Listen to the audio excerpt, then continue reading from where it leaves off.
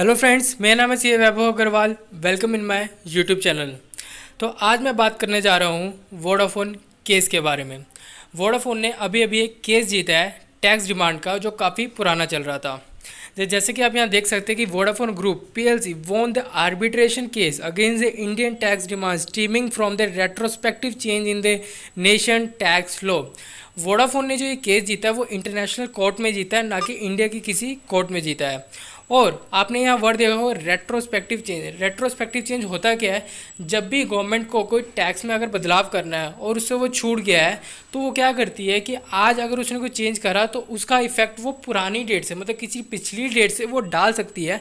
ये गवर्नमेंट के पास राइट होता है। तो वोडाफोन के केस में एक टैक्स डिमांड रेज करी गई और उस टैक्स डिमांड में एक रेट्रोस्पेक्टिव अमेंडमेंट लाई गई थी, जिसकी वजह से वोडाफोन इंटरनेशनल कोर्ट में चले गया।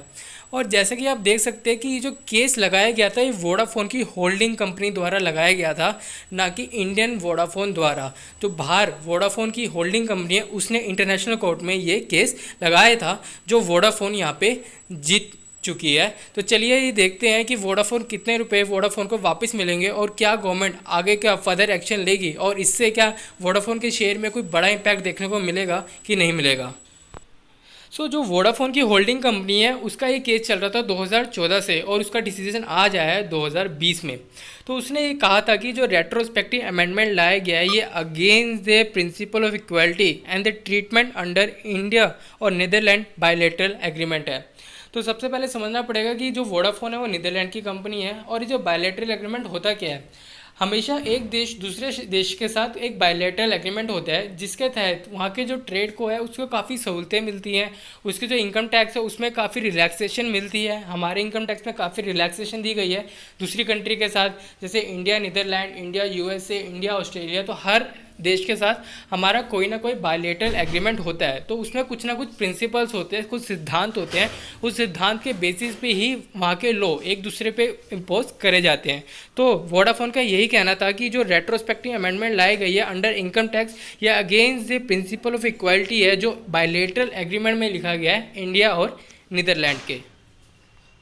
एज पर दिस जजमेंट तो हमें 60% जितना वोडाफोन ने लीगल कॉस्ट इंकर करा होगा, तो लीगल कॉस्ट का मतलब जो भी एडवोकेट की फीस दी होगी या जो भी लीगल कॉस्ट इंकर करा होगा, इंडियन गवर्नमेंट को उसका 60% रिम्बर्स करना पड़ेगा। और 50% अगर वोडाफोन ने कोई फीस पे करी है अपॉइंटिंग अथॉरिटी को। अपॉइंटिंग अथॉरिटी मतलब कौन हो गया, जो गवर्नमेंट मतलब जिस अथॉरिटी में उसने केस फाइल करा था उसका 50% रिम्बर्स करना पड़ेगा इंडियन गवर्नमेंट को। लेकिन इसमें एक बहुत बड़ा ट्विस्ट है।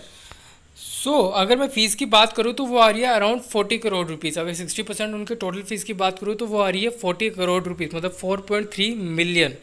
और टैक्स की बात करूँ तो वो आ रहा है कुछ 45 करोड़ रुपीज़, मतलब टोटल गवर्नमेंट को कितना पैसा वापस करना है, 85 करोड़ रुपीज़ ओनली। लेकिन अगर गवर्नमेंट ने कोई फर्दर एक्शन लिया, फर्दर अपील करी इस जजमेंट के अगेंस्ट में, तो अभी गवर्नमेंट को 45 करोड़ वापस करने की कोई ज़रूरत नहीं है। हाँ, गवर्नमेंट को 40 करोड़ तो अभी वापस लौटाना ही पड़ेगा, लेकिन 45 करोड़ अगर उसने फर्दर अपील कर दी और फर्दर अपील का डिसीजन आने तक गवर्नमेंट ये 45 करोड़ से लौटाएगी नहीं, वो अपने पास ही रखेगी।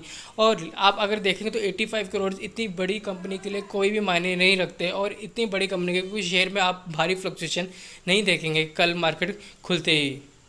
तो ये थी पूरी वीडियो मेरी वोडाफोन केस के ऊपर। अगर आपको इसमें कोई भी डाउट है तो मुझे आप कमेंट सेक्शन में मेंशन करके पूछ सकते हैं, मैं आपको विदिन 24 आवर्स आपको आंसर दे दूंगा।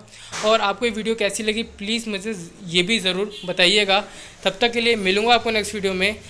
प्लीज़ मेरे चैनल को सब्सक्राइब जरूर कर लीजिए, like this video and share this video. नमस्ते।